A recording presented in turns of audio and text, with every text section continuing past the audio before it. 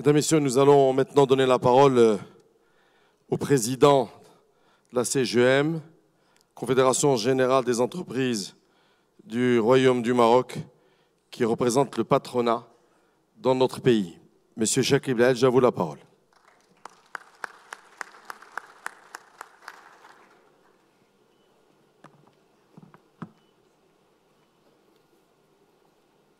Bismillahirrahmanirrahim. Excellence Dr Georges Weah, président du Libéria. Excellence, Mesdames et Messieurs les ministres, Monsieur le Wali de la région Tanger-Tétouan-el-Hoceima, Monsieur le Président de la région Tanger-Tétouan-el-Hoceima, honorable assistance, Mesdames et Messieurs.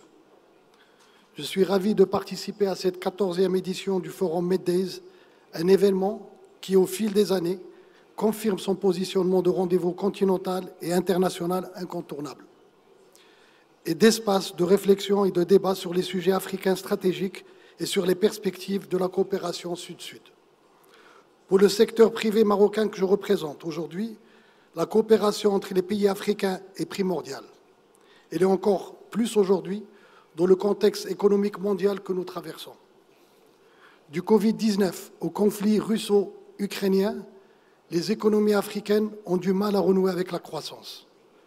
Je dirais même que ces crises sont en train de challenger les avancées réalisées par nos pays durant les 15 dernières années. L'impact le plus visible de cette conjoncture sur l'Afrique est une hausse faramineuse des prix des carburants et des denrées alimentaires, une inflation inédite et une instabilité financière sans précédent. Ces bouleversements sont à l'origine d'un choc énergétique assez violent et d'une insécurité alimentaire grandissante. Avec tout ce que cela peut avoir comme impact sur le développement humain, une réponse continentale est nécessaire et urgente. Lors du dialogue des patronats africains organisé par la CGM à Casablanca le 19 octobre dernier, ou encore à la rencontre des entrepreneurs francophones tenue la semaine dernière à Abidjan, les secteurs privés du continent ont tous affiché leur engagement à agir collectivement afin que l'Afrique transforme les défis actuels en opportunités, valorise ses ressources naturelles, accélère son industrialisation et crée plus d'emplois pour nos jeunes.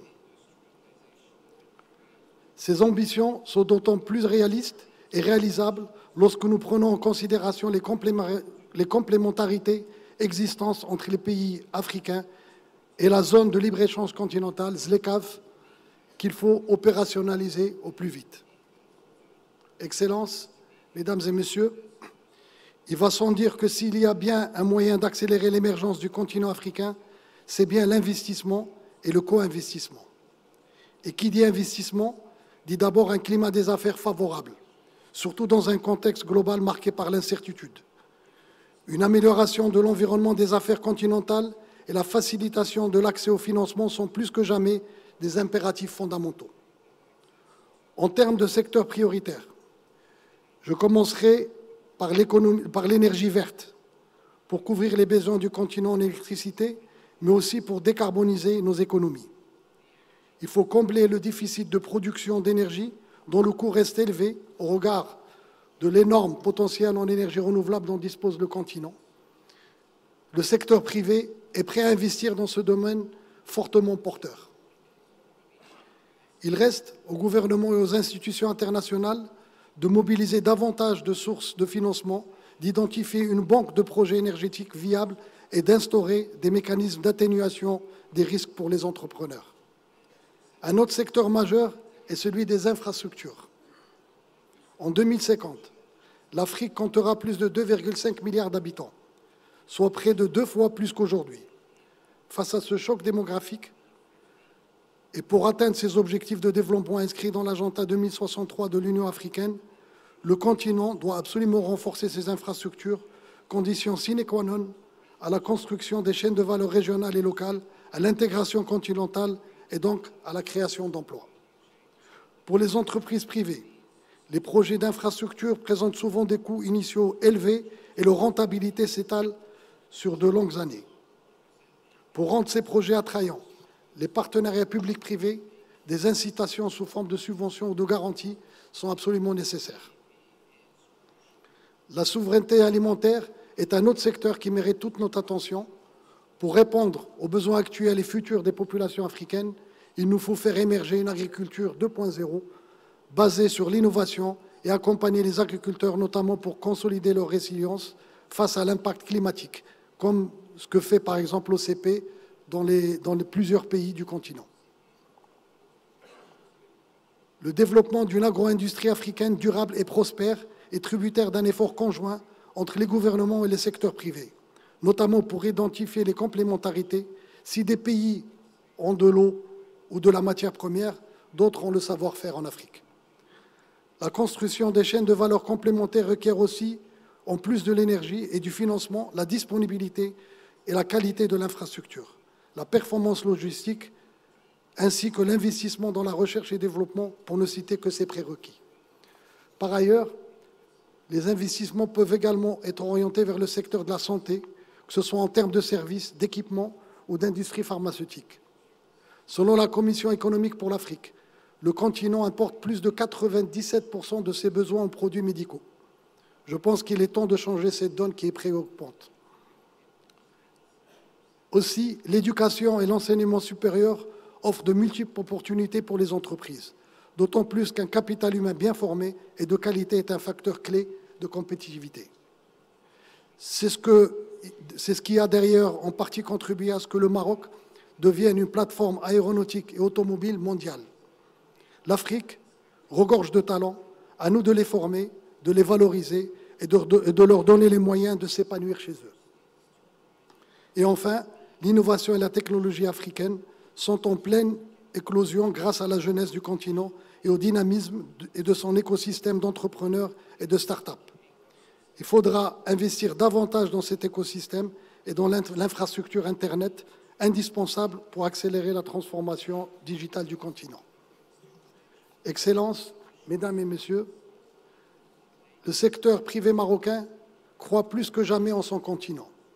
Sous le leadership de Sa Majesté le roi Mohamed VI, que Dieu l'assiste, le Royaume est aujourd'hui le premier investisseur africain en Afrique de l'Ouest, contribuant en permanence à la création de valeur ajoutée locale et d'emplois durables. Les entreprises nationales sont engagées à poursuivre cette dynamique et à participer activement à la relance économique africaine. Tout comme j'invite les secteurs privés d'autres pays africains à venir investir au Maroc, particulièrement dans la région de Dakhla Oued Dahab, en passe de devenir un pôle économique majeur et un véritable hub vers l'Afrique, grâce au port de Dakhla Atlantique et sa zone d'activité qui seront bientôt lancées. Destination privilégiée des investisseurs, la région de Dakhla compte d'innombrables opportunités dans le secteur de la pêche, l'agriculture, le tourisme, les énergies renouvelables et la logistique. Elle peut également jouer un rôle central dans le développement des échanges commerciaux intra-africains qui, malheureusement, ne représentent que 16% du commerce total, ainsi qu'une meilleure intégration régionale des chaînes de valeur à travers l'axe routier Dakar-Nouadhibou-Nouakchott-Casablanca.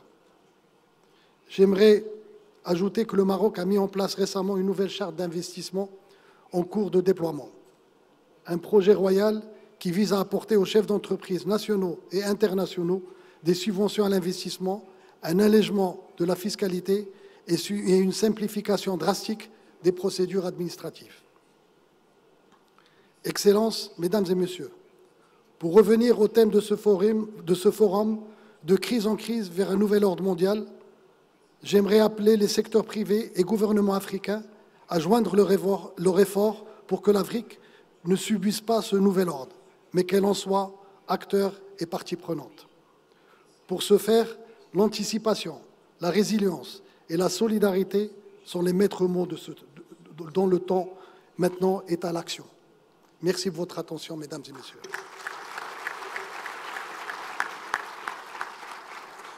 Merci, Monsieur le Président de la CGM. Merci pour ces propos et cette allocution. Mesdames, Messieurs, d'une crise à une autre vers un nouvel ordre mondial est le thème qui nous réunit pendant ces 4 jours ici à Tanger. Nos travaux ont démarré. Nous avons eu cette cérémonie d'ouverture de haut niveau Et à partir de demain, 9h30 du matin, nous allons nous retrouver dans ces espaces, dans les différentes séquences, que ce soit panel, table ronde, avec tous les intervenants de très haut niveau qui nous font le plaisir de venir de différents endroits du monde pour contribuer à nos réflexions. Je voudrais vous remercier de votre présence. Je voudrais remercier son Excellence le Président, Dr Weah, d'avoir été notre invité d'honneur aujourd'hui. Et je vous demanderai d'avoir l'amabilité de rester à vos places pendant 1 minute en attendant que le Président puisse sortir de la salle. Excellente soirée et à demain.